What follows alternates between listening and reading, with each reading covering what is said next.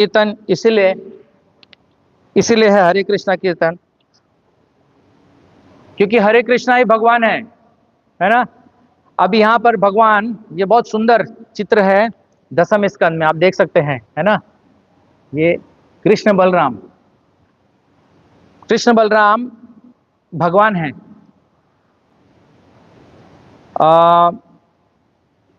गीता में भगवान कृष्ण कहते हैं परित्राणाय साधुनाम विनाशाय च दुष्कृताम, है ना, सबको याद होगा ये बात।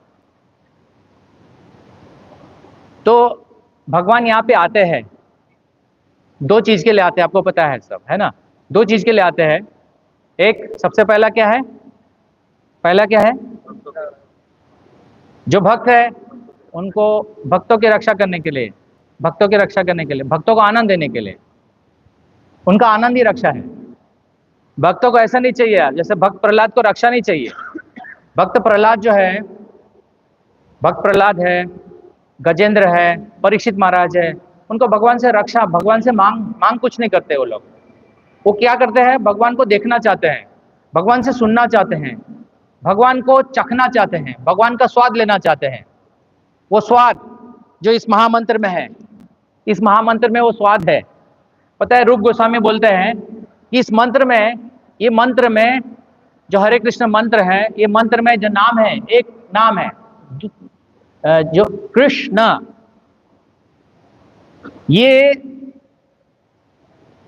ये नाम में इतना रस है कि रूप गोस्वामी बोलते हैं कि मैं भूल जाता हूँ, मैं भूल जाता हूँ और मेरे मेरे इंद्रियां सब शिथिल हो जाती है ना। उनके जीवा पर भगवान नृत्य करते हैं। और वास्तव में ऐसे ही होता है। जो अगर हम, जैसे रूप गोस्वामी हमें गाइड करते हैं, रूप गोस्वामी के आश्रय में हम लोग है ना, इस्कॉन, रूप गोस्वामी आश्रय के आश्रय में हम लोग रूपानुगा बोलते हैं, हम लोगों को रूपानुगा बोलते हैं ना, रूपानुगा। और प्रभुपाद जी उनके अनुगामी हैं, इसलिए हम लोग को प्रभुपाद अनुगा भी बोलते हैं। तो हम लोग को भी वही अनुभूति हो सकती है, और बहुत लोग को होती है, कि हम जब नाम लेते हैं तो नाम छोड़ने का मन नहीं करता, है ना। तो भगवान वास्तव में ऐसा ही है। लेकिन यहाँ पर छठवें, सातवें और आठवें जो श्लोक है, यहाँ पर ये कौन बोल रहा है, यहाँ पे कृष्ण और बलराम बोल रहे हैं। ये जो छठवां, सातवां, आठवां बता रहे हैं, क्या बोल रहे हैं कि अजीब बात बोल रहे हैं। उनके मुंह से ये ठीक नहीं लगता हमको सुनने में कि वो बोल रहे हैं, मतलब ये सूट नहीं करता भगवान के लिए, है ना। क्योंकि भगवान ऐसा बोल रहे हैं कि जो पुत्र, भगवान ऐसा बोल रहे हैं कि इस तरह हमने इतने समस्त दिन आपके समुचित सम्मान करने में असमर्थ होने के कारण व्यर्थ ही नष्ट कर दिए, क्योंकि हम मन में सदैव कंस से भयभीत और विचलित है। ऐसा हो ही नहीं सकता, है कि नहीं। लेकिन यहाँ भगवान कैसे कर रहे हैं, एक सामान्य बालक के जैसा भूमिका निभा रहे हैं। तो कुंती महारानी बोलती है, पहला स्कंद के 8वें अध्याय में बहुत सुंदर प्रार्थना है, बहुत सुंदर प्रार्थना है, कुंती महारानी की स्तुति। तो श्रील प्रभुपाद ने बहुत से प्रवचन दिए थे, उसमें से एक प्रवचनों की श्रृंखला में से एक बुक कंपाइल किया है बीबीटी ने, उसका नाम है कुंती महारानी की दिव्य संदेश। सब लोग को पढ़ना चाहिए। और वैसे वो संदेश प्रथम स्कंद में ही है, प्रथम स्कंद के 8वें अध्याय में है। तो उसमें बहुत सुंदर कुंती महारानी ऐसा बोलती है, माया जवनिका छन्नम अज्ञम अधोक्षज मया अव्ययम न लक्ष्य से मृडे दृशा नटो नाट्याधरो यथा। कुंती महारानी बहुत सा प्रार्थना कर रहे हैं भगवान के लिए। भगवान उनके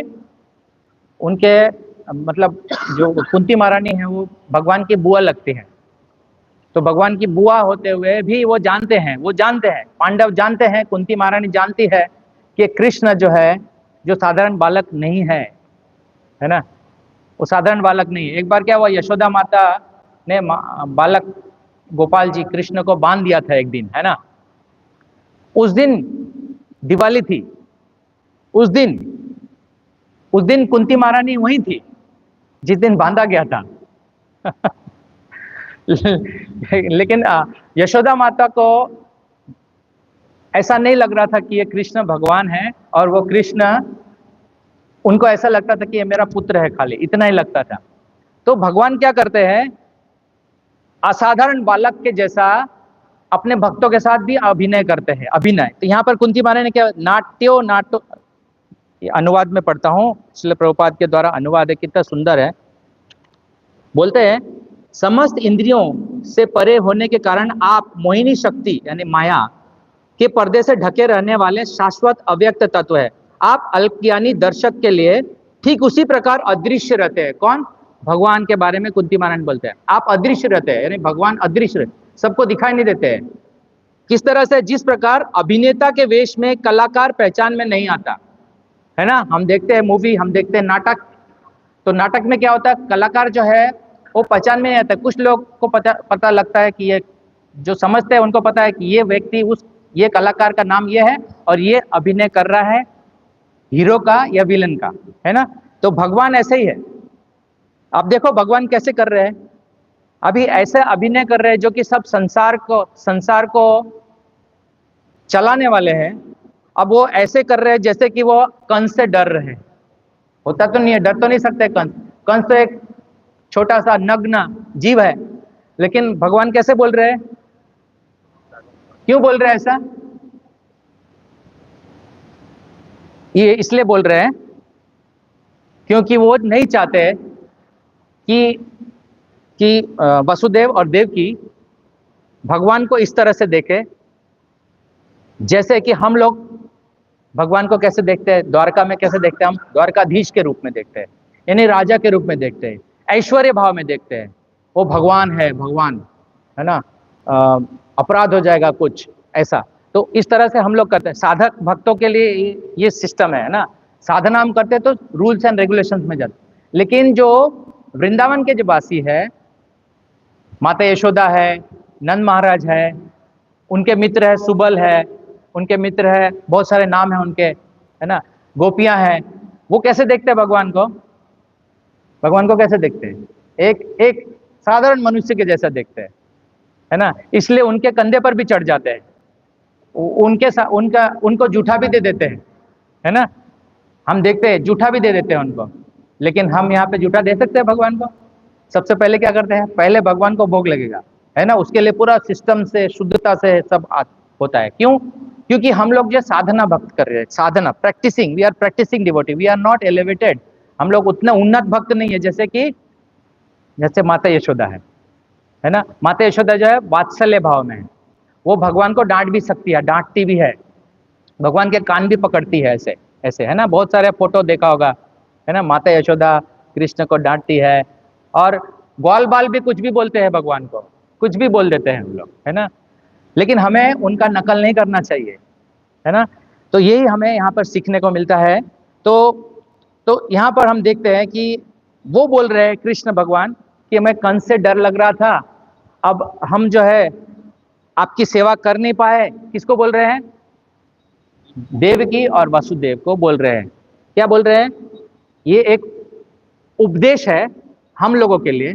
यहाँ पर बोल रहे हैं, जो पुत्र समर्थ होते हुए अपने माता पिता को अपने शारीरिक साधन तथा संपत्ति दिलाने में विफल रहता है, उसे मृत्यु के पश्चात अपना ही मांस खाने के लिए बाध्य होना पड़ता है। यहाँ पर ये इसलिए बोल रहे हैं भगवान क्योंकि ये एक हम जैसे बद्ध जीव का कर्तव्य होता है। कल को ऐसा ना हो कि सब लोग नकल करने लगे भगवान का।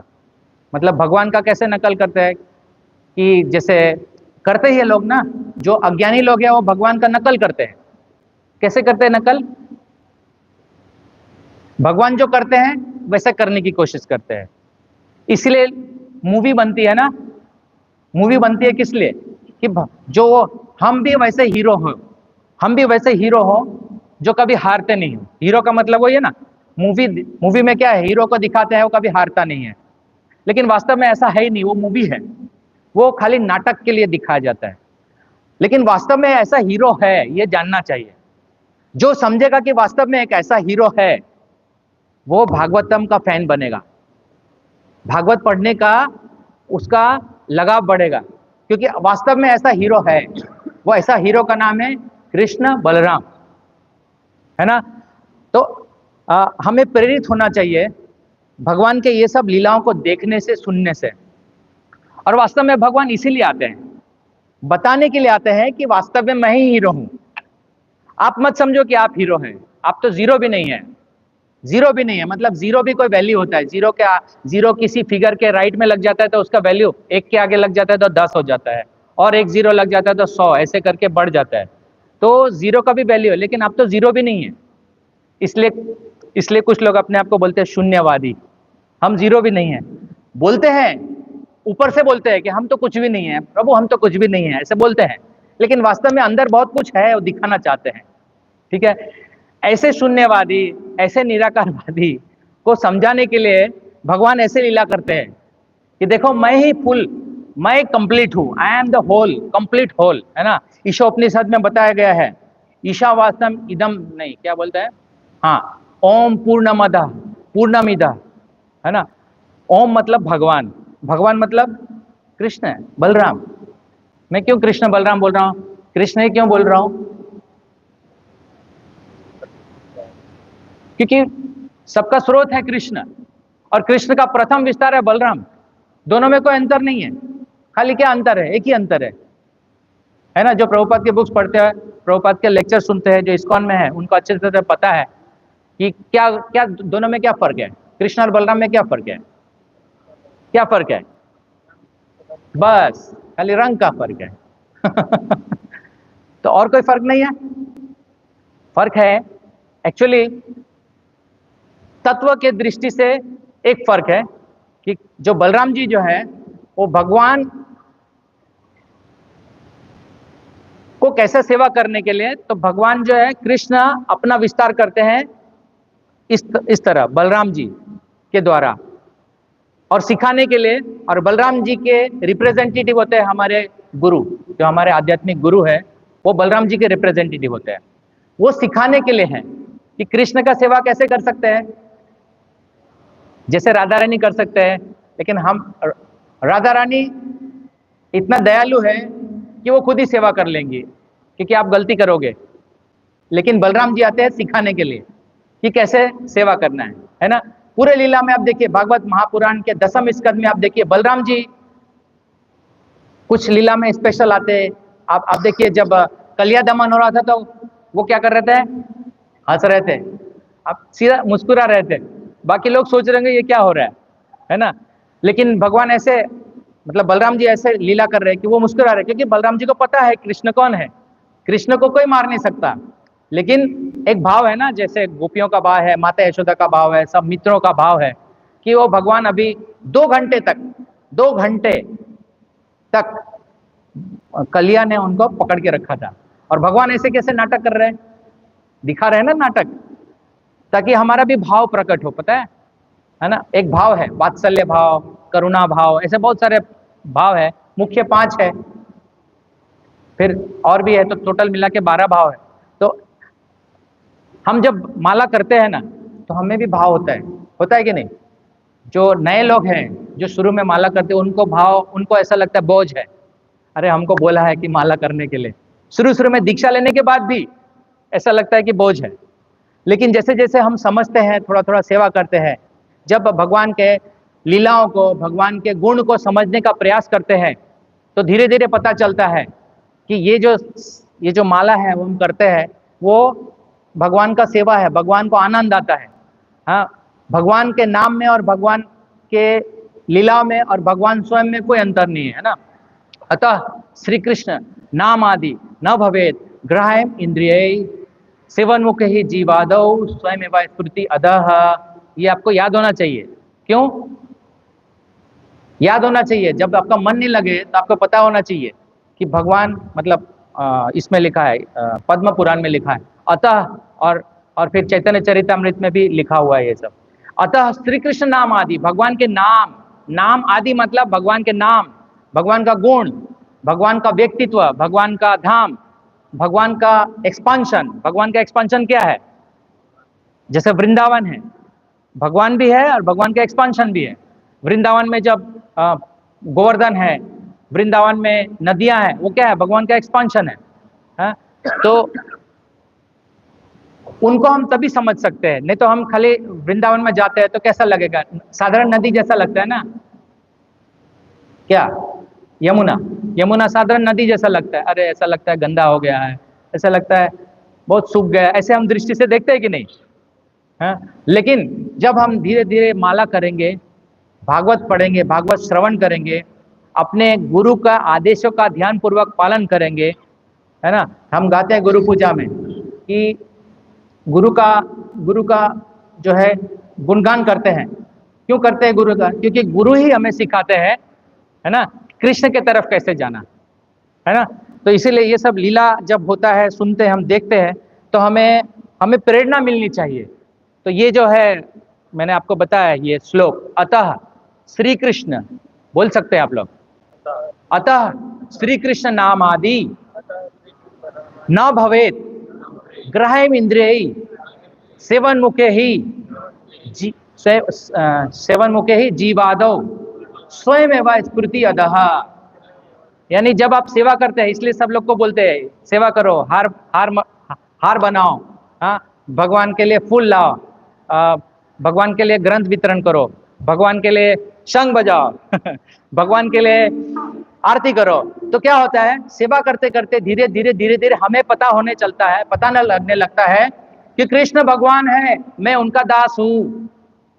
अभी तक हमें ये नहीं पता चलता था, राइट।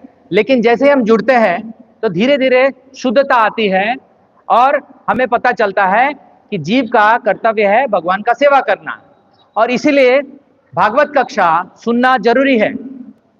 ऐसा नहीं है कि हमने अभी मंगल आरती कर लिया, अब भगवान का दर्शन हो गया, अब हम, लेकिन जब भागवत कक्षा सुनते हैं तो, क्योंकि भागवत में खुद बोला गया है, भागवत के प्रथम स्कंद में बताया गया नित्यम भागवत सेवाया, जिससे जैसे आप भागवत पढ़ेंगे, भागवत सुनेंगे, तब आपको जो ग्रंथ भागवत से व्यक्ति भागवत जो गुरु है और स्वयं भगवान है ना, उनके प्रति आपका आकर्षण सेवा बढ़ेगा।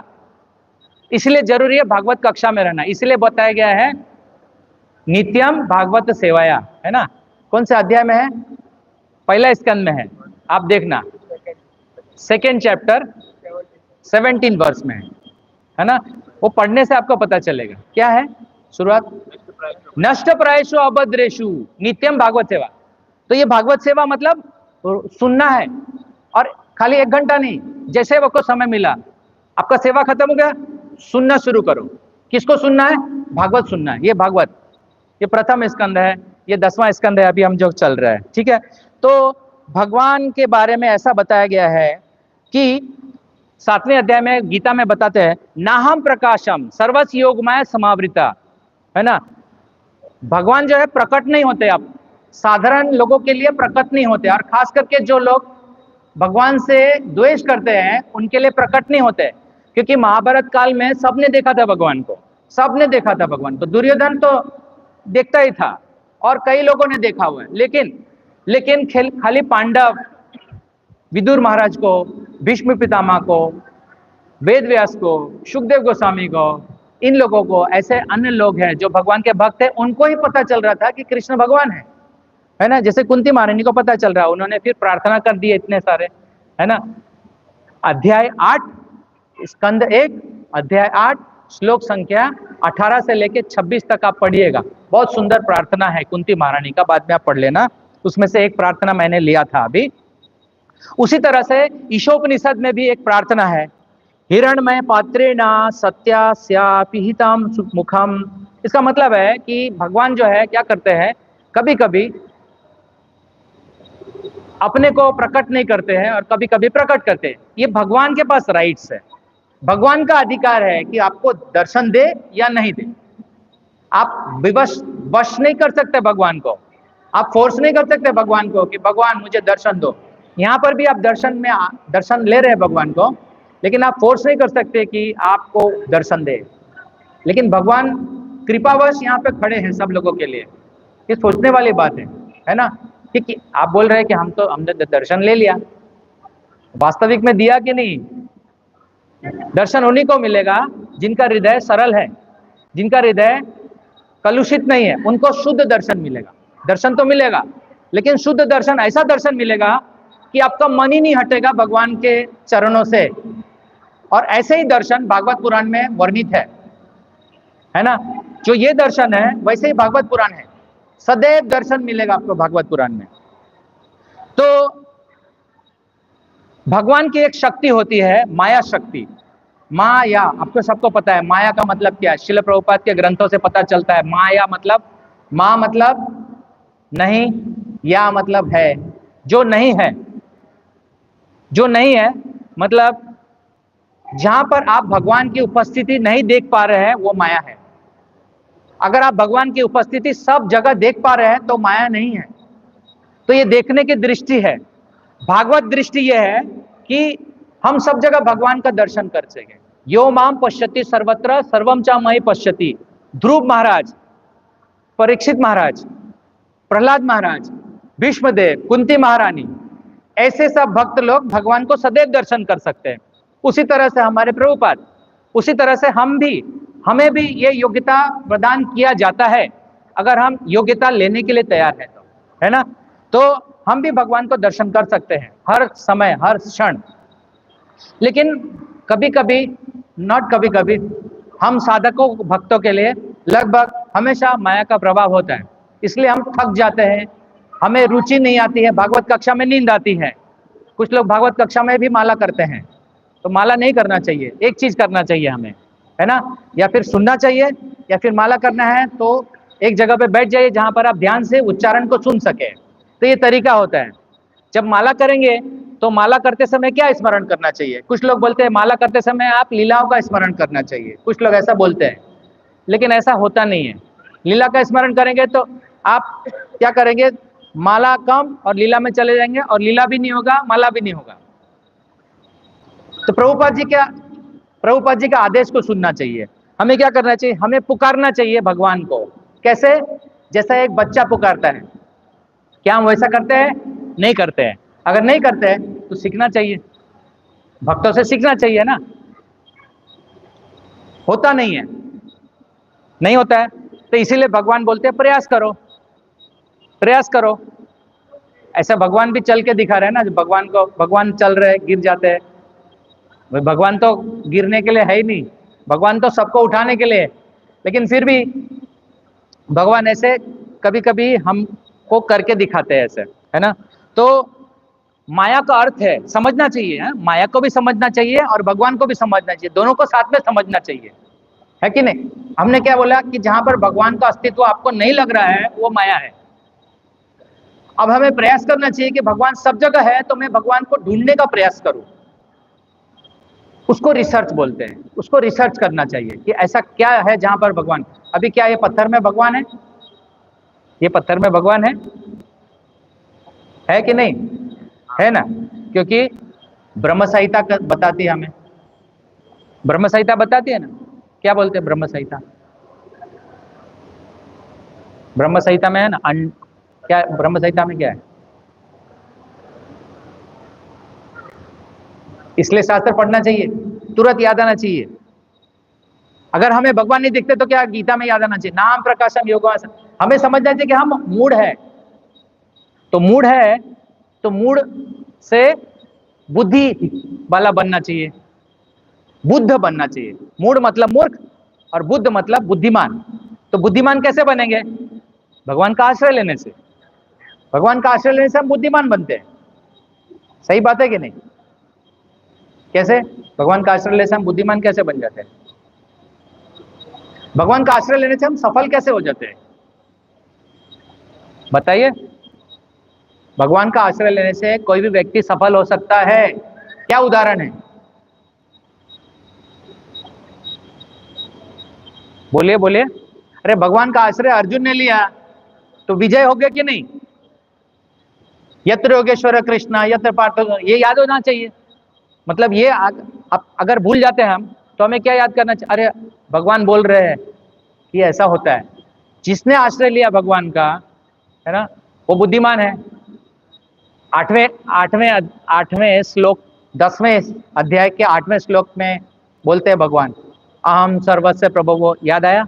अहम सर्वस्य प्रभवो इति मत्वा बुद्ध, अहम सर्वस्य प्रभव मत सर्वम प्रभव। इति मत्वा भजन्ते मां बुधा भाव समन्विता। यानी कि जो ये समझता है कि कृष्ण ही सब चीज के स्रोत है, चाहे आध्यात्मिक हो चाहे भौतिक हो, जो बुद्धिमान व्यक्ति ऐसा समझ लेता है वो क्या करता है, उनके सेवा में लग जाता है। जो जो समझ जाता है वो बुद्धिमान है। इसका मतलब है क्या है, बुद्धिमान बन गए आप। कौन? जो आश्रय लिया, भगवान का आश्रय लिया। भगवान का आश्रय के लेने का तरीका क्या है? बस ये सुनना, भगवान से सुनो, भगवान के शुद्ध भक्त से सुनो। प्रभुपाद जी ने दिया है कमेंट्री, प्रभुपाद जी के प्रवचन है, प्रभुपाद जी के सैकड़ों ग्रंथ है। तो उससे हम क्या करेंगे, हम प्रबुद्ध हो जाते हैं। बुद्ध ही नहीं, प्रबुद्ध हो जाते हैं। मतलब हमारा बुद्धि बढ़ जाता है, और बुद्धि बढ़ जाता है तो क्या करते हैं हम बुद्धि से, हम लोग भक्त में है, भक्ति भक्ति आश्रय में है, तो हम लोग बुद्धि बढ़ जाता है तो हम क्या करते हैं, बुद्धि से और भी बुद्धि लगाते हैं कि भगवान का और कैसे सेवा किया जाए। अर्जुन ऐसे ही सोच रहे हैं ना। अर्जुन जब पूरा सुन लिया भागवत, मतलब भगवत गीता पूरा सुन लिया, तो फिर क्या हो गया, वो बोलते हैं अब मेरा मोह नष्ट हो गया। मोह में कौन होता है, जो माया में है वही मोहित हो जाता है ना। माया मतलब कमजोर, कमजोर। हमें क्या करना है, कमजोरी हटाना है, मतलब अज्ञान हटाना है। और अज्ञान हटाएंगे, जैसे अज्ञान हटेगा, जैसे हमें ये प्रकाश है, यहाँ प्रकाश है तभी हम एक दूसरे को देख रहे हैं ना। भगवान को भी तभी देख रहे हैं जब प्रकाश है, नहीं तो प्रकाश के बिना हम भगवान को देख नहीं सकते हैं। और सुप्रीम प्रकाश क्या है, भगवान खुद ही है। तो चैतन्य चरितामृत में क्या बताया गया है, बोलो प्रकाश के लिए, कृष्ण सूर्य सा, माया है अंधकार, है ना। तो माया को हटाना है तो क्या करना पड़ेगा, कृष्ण को लाना पड़ेगा। यानी अपने कमजोरी को हटाना है तो क्या करना पड़ेगा, कृष्ण के आश्रय में जाना पड़ेगा। आश्रय में मतलब भगवान को कैद नहीं कर सकते हम, जैसा दुर्योधन कर रहे हैं। हमें क्या करना पड़ेगा, हमें भक्ति मार्ग से प्रभुपाद जी के आश्रय लेते हुए, यानी प्रभुपाद जी का आश्रय मतलब प्रभुपाद जी के शिष्यों के शिष्यों के शिष्य, दास के दास के दास का आश्रय लेकर हमें, वो लोग हमें भगवान के चरण तक लेके जाते हैं, ऐसा। ठीक है। माया का मतलब ये हो गया कि जो हम मेजर कर सकते हैं। एक जगह मैंने पढ़ा था, माया मतलब मियते अनाया इति माया, मियते अनाया इति माया, मतलब जो मेजर कर सकते हैं वो माया है।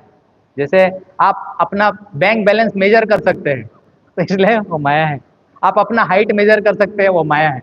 आप अपना मोबाइल में नंबर सेव कर सकते हैं, वो माया है। जब अनलिमिटेड हो जाएगा समझ लेना कि वो माया से पार हो गए। एक तरीका है समझने के लिए, जो आप मेजर कर रहे हैं, आप क्या मेजर कर रहे हैं, अपना डिग्री मेजर कर रहे हैं, यानी माया है। देख लो, आप ऐसा कोई भी चीज देख लो, भगवान को मेजर करो, नहीं मेजर कर सकते, नहीं मेजर कर सकते आप। भगवान के भक्त को भी मेजर नहीं कर सकते आप, प्रभुपाद जी को मेजर नहीं कर सकते कि उनका कितना एक्सपांशन है, कितना विस्तार है, नहीं मेजर कर सकते आप। क्यों? क्योंकि उन्होंने भगवान का आश्रय लिया हुआ है। भगवान के आश्रय में जो है वो माया में नहीं है। तो इसलिए साधारण जीव जो है भगवान को नहीं समझ सकता। इसीलिए वो जो साधारण जीव है उसको हमें शिक्षा देना चाहिए कि आप नहीं समझ सकते भगवान को, तो क्या करना पड़ेगा, भगवान को समझने के लिए भगवान से सुनना पड़ेगा। भगवान को सुनने के लिए भगवत गीता है, उपनिषद है, पुराण है, भागवत है, उसको सुनेंगे तब आप धीरे धीरे धीरे धीरे भगवान को समझ पाएंगे। और जैसे आप भगवान को समझ पाएंगे तब आपके जीवन के अंदर माया हट जाएगा, और माया हट जाएगा तो आप कृष्ण को देख पाएंगे। ठीक है। तो इसी तरह से भगवान बोलते हैं एक जगह पर, माया अध्यक्ष न प्रकृति सुयते सच। ये प्रकृति में हम लोग है सब माया में पड़े हैं कि नहीं। लेकिन आगे और बोलते हैं भगवान, अवजानन्ति मां मूढ़ा मानुषीम तनुमाश्रिता। इसी से रिलेटेड है ये जो आज का श्लोक है कि अब जो भगवान के लिए, भगवान के सामने उपस्थित है उनके माता पिता, तो भगवान नहीं चाहते हैं कि वो मुझे भगवान मान ले, क्योंकि भगवान मान लेंगे तो क्या करेंगे आप, भगवान को क्या करेंगे, दूर है भगवान है, तो ऐश्वर्य भाव आ जाएगा।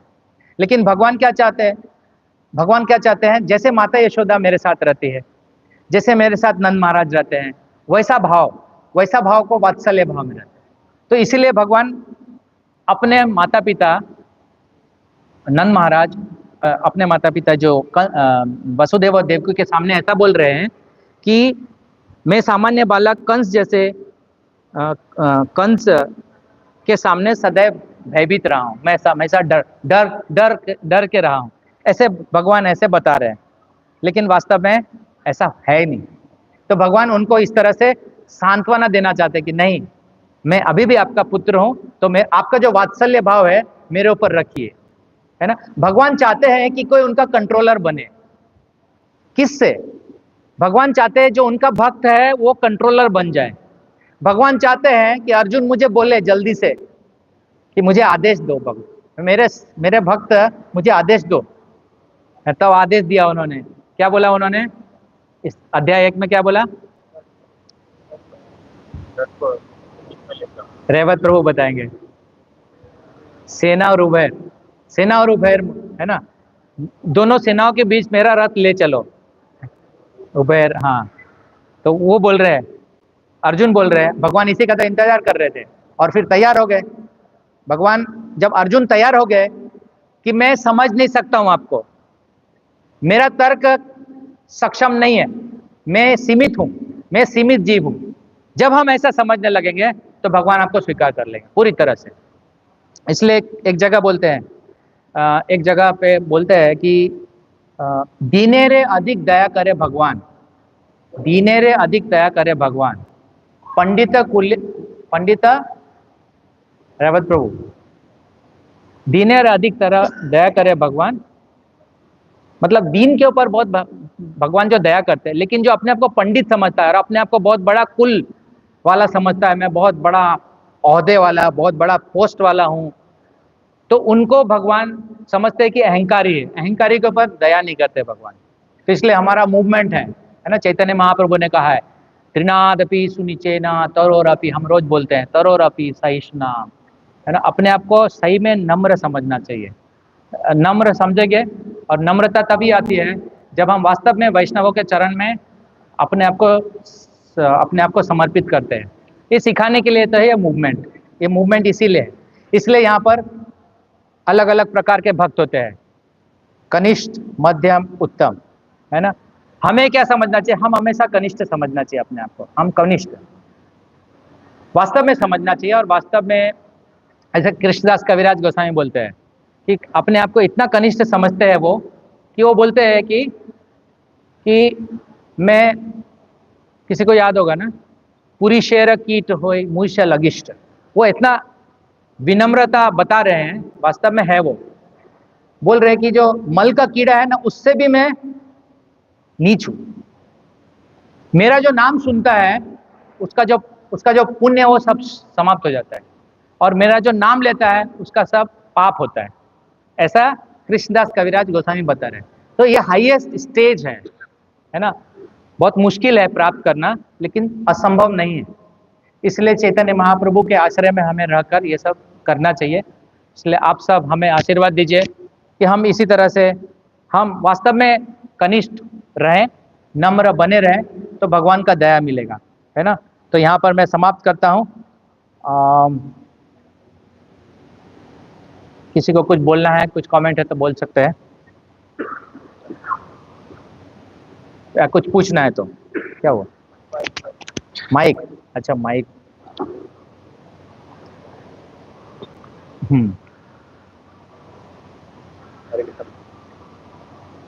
अभी जैसे यहाँ पे बताने के दूसरा अपने माता पिता को आते तो उनको फिजिकल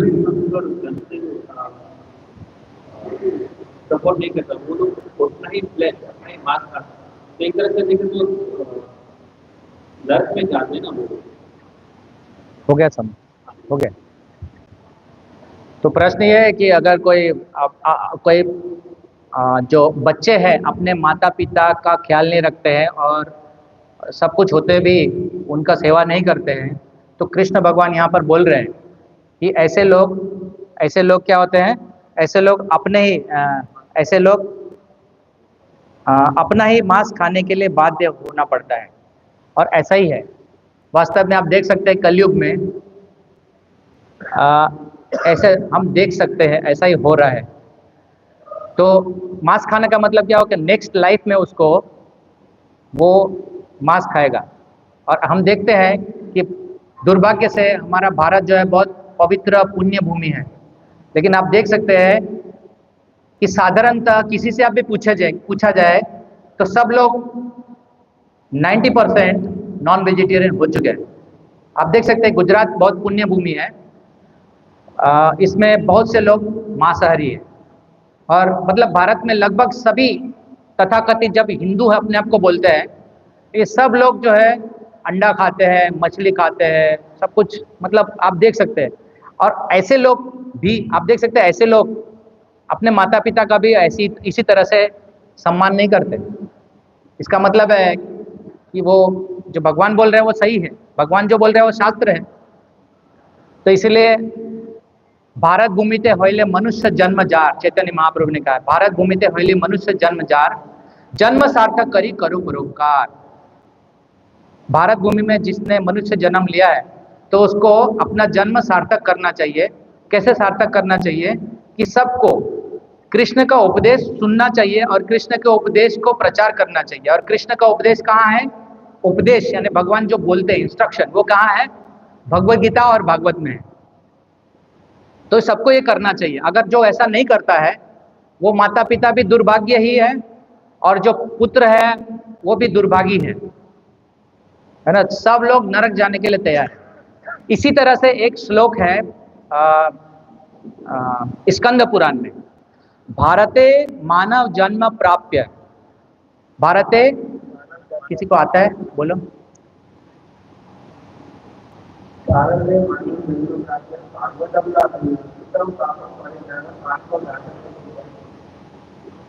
ये स्कंद पुराण का श्लोक है। इसके अंदर बताया गया कि भारत में जो जन्म लिया है उनके पास अगर वो भागवत नहीं रखते हैं, भागवत पुराण नहीं रखते हैं, तो वो निश्चित रूप से ही वो आत्महत्या कर रहा है। ऐसे बहुत सारे शास्त्र में बहुत सुंदर सुंदर बातें लिखी है जो मनुष्य अगर उसको सुने तो उसका जीवन परिवर्तन हो जाए। इसलिए शास्त्र पढ़ना चाहिए। पहले सब लोग शास्त्र पढ़ते थे, इसलिए भारत सबसे आगे था। तो इसलिए हम आपको सच में भारत को आगे रखना है तो हमें भगवत गीता, भागवत पुराण पढ़ना चाहिए सब लोगों को।